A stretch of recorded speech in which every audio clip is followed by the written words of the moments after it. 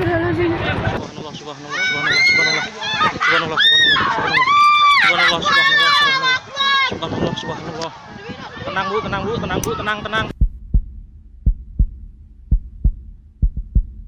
Gempa bermagnitudo 7 terjadi sekitar pukul 18:46 waktu Indonesia Barat.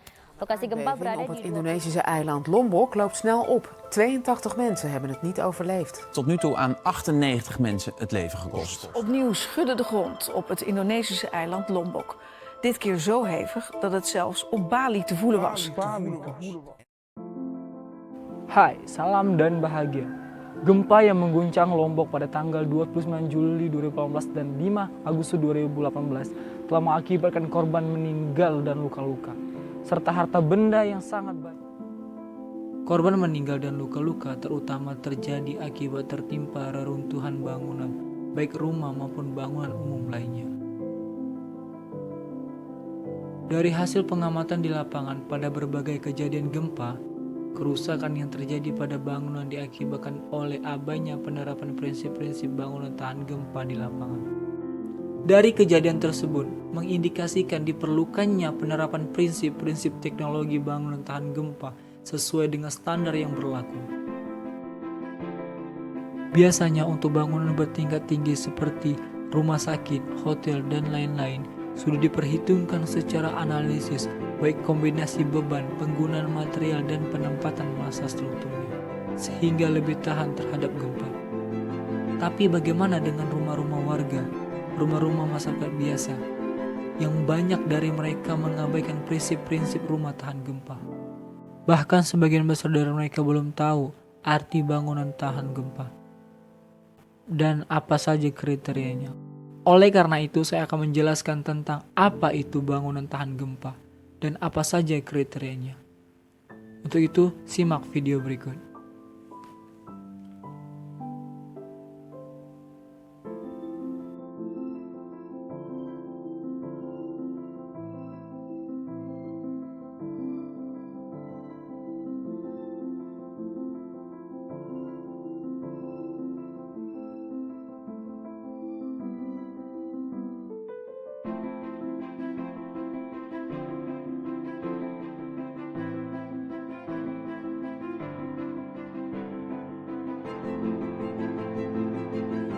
Edukasi tentang bangunan tahan gempa. Kalian pasti pernah dengar tentang bangunan tahan gempa. Tahukah kalian, ada beberapa kriteria untuk bangunan tahan gempa. Pertama, adalah ketika terjadi gempa ringan, bangunan tidak rusak sama sekali.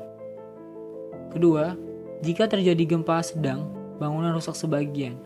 Artinya, bangunan boleh mengalami kerusakan non-struktur, tapi tidak boleh rusak pada elemen-elemen strukturnya. Tapi bagaimana jika terjadi gempa besar? Bangunan pasti mengalami kerusakan pada elemen-elemen struktur maupun non-strukturnya. Meskipun begitu, bangunan tidak boleh runtuh, baik sebagian atau keseluruhan. Dan yang terpenting, kerusakan yang terjadi dapat diperbaiki lagi. Kalian pasti bertanya-tanya, bagaimana bisa bangunan tidak runtuh setelah digoncang gempa besar? Tidak runtuhnya bangunan karena bangunan bersifat ductile. Dari kriteria yang saya sebutkan tadi, dapat kita simpulkan bangunan tahan gempa adalah bangunan yang dikerjakan dengan kaidah struktur dan konstruksi yang benar, mulai dari tahap perencanaan hingga pelaksanaannya. Sebab, pada dasarnya tidak ada satu bangunan pun yang tahan sepenuhnya terhadap gempa bumi. Yang ada adalah bangunan yang mengurangi resiko akibat gempa. Tentunya dalam pembuatan rumah tahan gempa tidak bisa sembarangan. Ada beberapa persyaratan yang harus dipenuhi. Di antaranya, 1. Pemilihan bentuk bangunan dan denah. 2. Struktur dan konstruksi. 3. Bahan bangunan. 4. Proses pembangunan atau pelaksanaan. Sekarang mari kita bahas tentang teknik desain. Ada berbagai macam bentuk denah yang dapat diimplementasikan dalam pembuatan bangunan tahan gempa. Sebaiknya, pilih denah yang sederhana dan simetris. Antara lain, bujur sangkar, persegi panjang, lingkaran, berbentuk segi banyak pun bisa, asal simetris. Untuk bangunan yang tidak simetris, maka perlu dilakukan pemisahan struktur. Apa fungsinya? Pemisahan struktur berfungsi untuk menghindari efek puntir pada bangunan. Setelah teknik desain, selanjutnya kita bahas tentang teknik pondasi. Untuk membuat bangunan tahan gempa, perencanaannya harus mengikuti ketentuan-ketentuan pondasi sebagai berikut. Pondasi harus dipasang di tanah yang kering, padat dan merata kekerasannya, agar bangunan dapat berdiri dengan stabil. Dan pondasi yang baik, penampang melintangnya harus simetris seperti terlihat pada gambar ini. Penempatan pondasi pada sebagian tanah keras dan tanah lunak harus dihindari, karena pondasi sangat rentan pada keretakan. Sangat disarankan menggunakan pondasi menerus mengikuti panjang denah bangunan. Bila digunakan pondasi setempat, maka masing-masing pondasi setempat tersebut harus diikat satu sama lain secara kaku oleh balok pengikat. Apabila kondisi tanah lunak, maka dapat digunakan jenis pondasi plat beton atau jenis pondasi alternatif lainnya. Pada setiap rumah tahan gempa diawali dengan galian pondasi. Ada 4 jenis pondasi yang biasa digunakan. Pondasi setempat batu kali, pondasi batu kali menerus, pondasi pasangan bata merah, dan pondasi plat beton setempat. Pada umumnya, pondasi yang digunakan adalah pondasi batu kali menerus. Pondasi batu kali menerus adalah pondasi yang elemennya menerima beban dari dinding yang kemudian diteruskan menyebar ke tanah. Sedangkan, pondasi batu kali setempat adalah pondasi yang diletakkan di sudut bangunan dan berfungsi sebagai elemen yang menerima beban kolom pada bangunan lantai 1. Contohnya bisa dilihat pada gambar berikut. Pondasi batu bata adalah pondasi yang terbuat dari material batu bata sebagai bahan utamanya. Seluruh batu bata ini disusun sedemikian rupa untuk membentuk suatu pondasi yang mampu menahan beban bangunan di atasnya, kemudian meneruskan ke dalam tanah. Karena memiliki daya dukung yang tidak terlalu tinggi, pondasi batu bata biasanya diterapkan pada konstruksi yang sederhana. Pondasi plat beton adalah pondasi yang digunakan untuk mendukung sederetan kolom. Pondasi plat beton digunakan bila luas penampang yang menggunakan pondasi plat setempat terlalu besar. Karena itu, luas penampang tersebut dibagi dengan cara memanjangkan lajur agar tidak terlalu melebar. Awali dengan penggalian dan pengukuran pondasi. Pastikan peletakan bangunan pada posisi yang benar, dan setiap sudut membentuk sudut 90 derajat, serta bangunan dalam kondisi rata.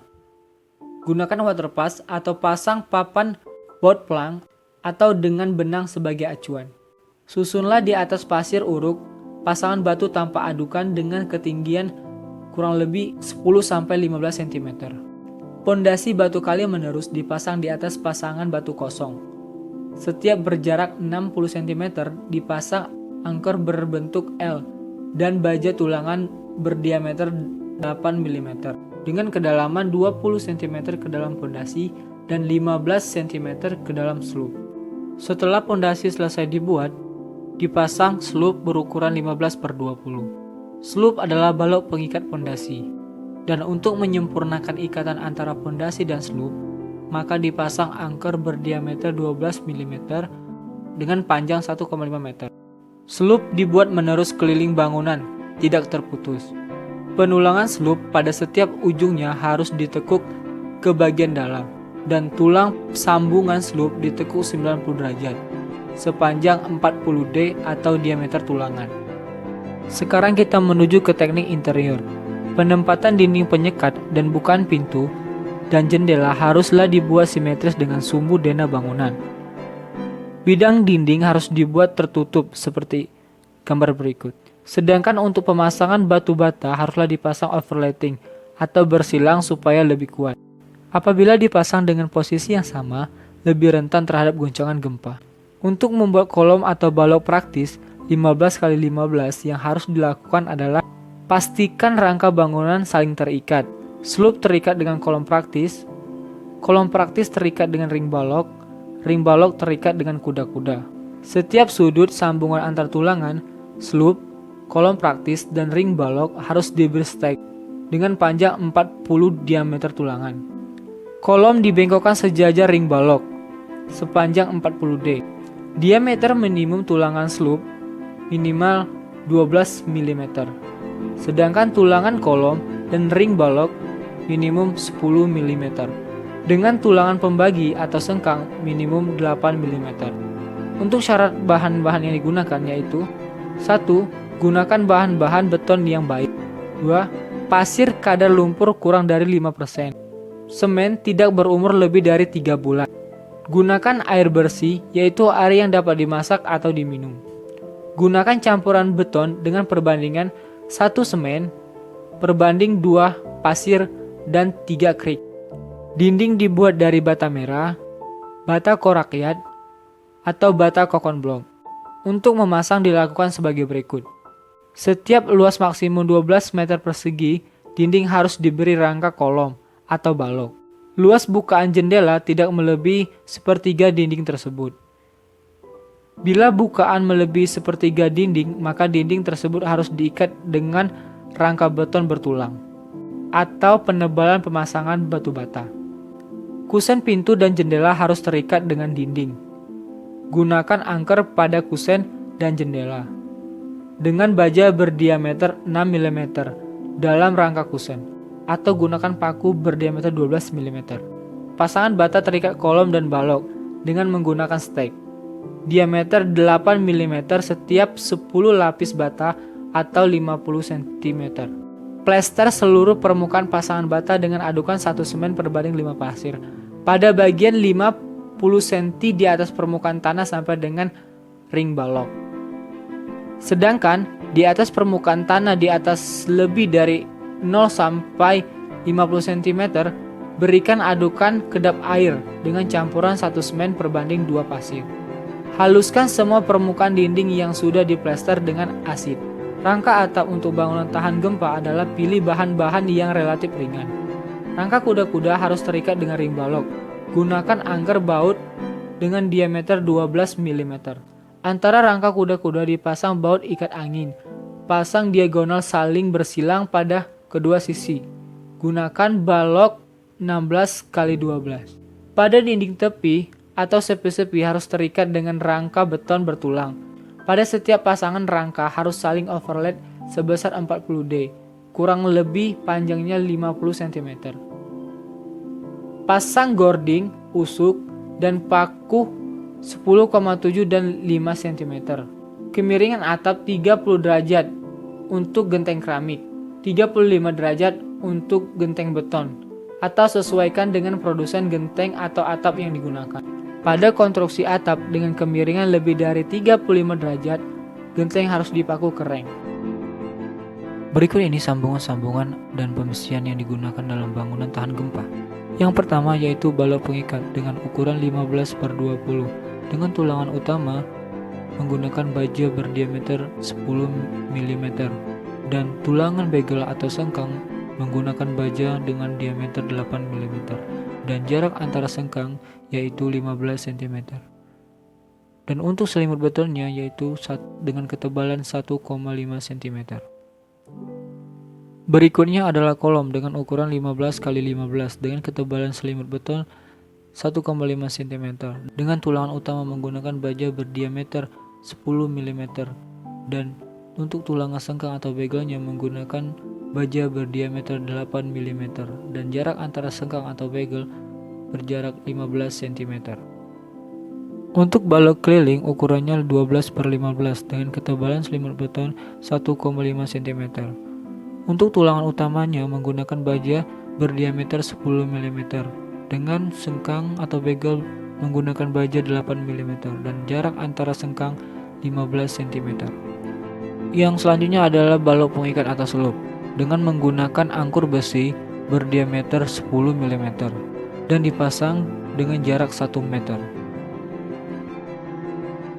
Untuk sambungan sloop dan kolom, tulangan kolom dibengkokkan minimal 40 cm searak sloop.